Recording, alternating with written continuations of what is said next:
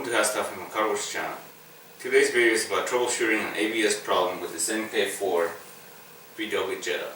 Currently, the ABS and the traction control light are always illuminated in the dashboard in this car, indicating obviously that there is a problem with the ABS system. To be able to troubleshoot this problem with this car, I'm going to use this handheld scanner that is made for European vehicles. That way I can access the codes that are stored in the computer and be able to pinpoint what areas are causing these lights to come on. So, let's take a look.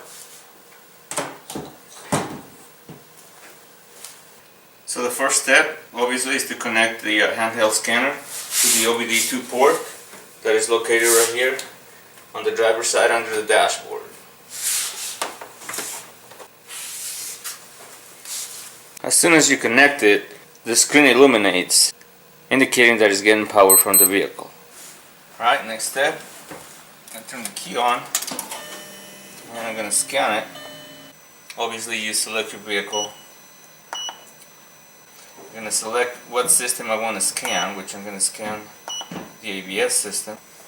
It's scanning the ABS system. We're going to see what the problem is. So the code that it has is 00283. And its description is left front ABS wheel speed sensor. Now I have a starting point and I'm going to start troubleshooting obviously the left front ABS components from the sensor to the wiring and see where the issue could be. I'll turn the key off.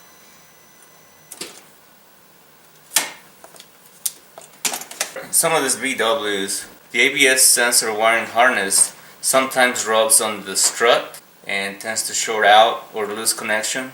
So one of the first things I'm going to do is look at the wiring, make sure that didn't happen. If the wiring looks good, I'm going to inspect the sensor and test it and see if the problem is within the sensor. Let's check it out. As you can tell, I have removed the left front tire to gain better access to the wiring harness and the sensor. So next step, like I mentioned before, is to inspect the wiring harness and inspect the sensor. So when doing a visual inspection, this is your harness right here, and it tees into two. Okay, one of them goes to the brake pad wear indicator, and then this right here goes to the ABS sensor. Sometimes with this kind of car, right here where it goes into the strut, this part right here, if the rubber grommets wear out, then it'll cause this harness to rub against the metal, and it'll actually peel the insulation off from the outer layer and the wiring harness, and it could either cause a short or even break the wires in half. But looking at this, the harness itself is good. So the problem is not going to be this part of the harness anyways on this car. So let's take a look. Now when we look down, I see a problem right here. This ABS sensor is broken right here. I'm not sure what caused this, whether somebody might have done a previous repair and broke it accidentally, because this definitely is not normal right here. So it's likely that this is what's causing my problem. This is an Allen wrench, by the way. This bolt is what keeps the sensor in place. So this is what I'm going to remove the sensor.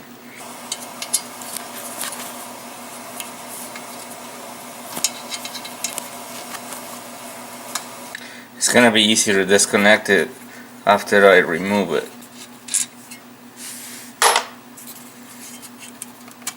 Okay. Now I can gain access to the connector without damaging it.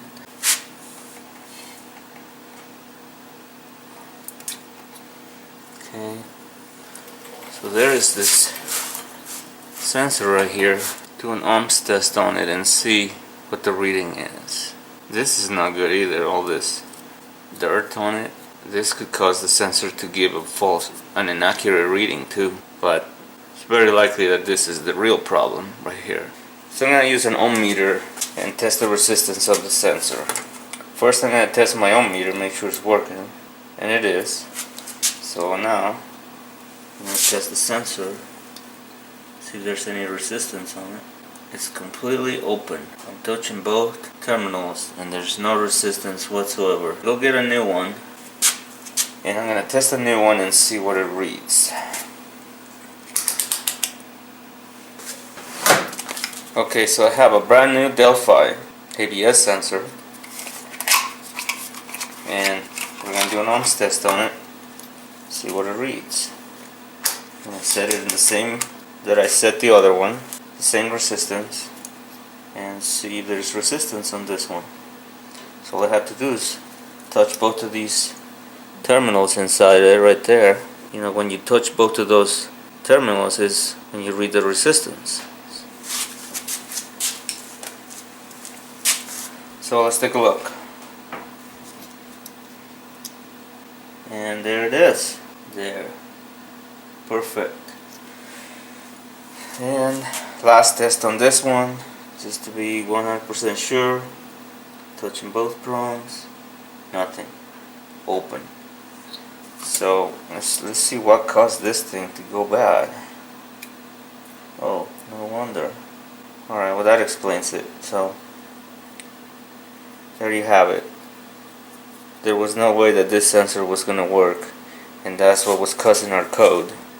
So I have a pan under the left front wheel, and the reason why is because this is the tone ring right there. The ABS sensor reads the notches and it determines the speed of the wheel. So I'm going to clean all of this with brake cleaner, and I have the pan so it can catch all the mess. Alright, so I got my new sensor installed. It's time to connect the plug. There it is. I'm connecting the sensor. Make sure that the tab is fully seated so the connector doesn't come off. Alright, so obviously next step is to install the wheel back on, lower the car to the ground, torque the lug nuts to the proper specs. Alright, so tires on, lug nuts are tight. Next step is to clear the codes using the scanner. Plug it in, obviously to the OBD2 port, just like I showed earlier. The scanner has a feature that can be used to clear the codes. I'm going to go ahead and clear it, take it for a test drive to make sure my problem is fixed. Alright, so got the key on, quick erase. Alright, so code's clear.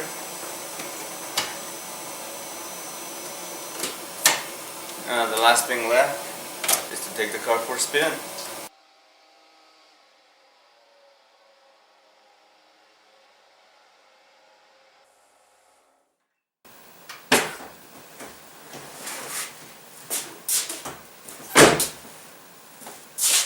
Alright, car's fixed. Neither the ABS or traction control lights are on. So this was in reality a simple fix.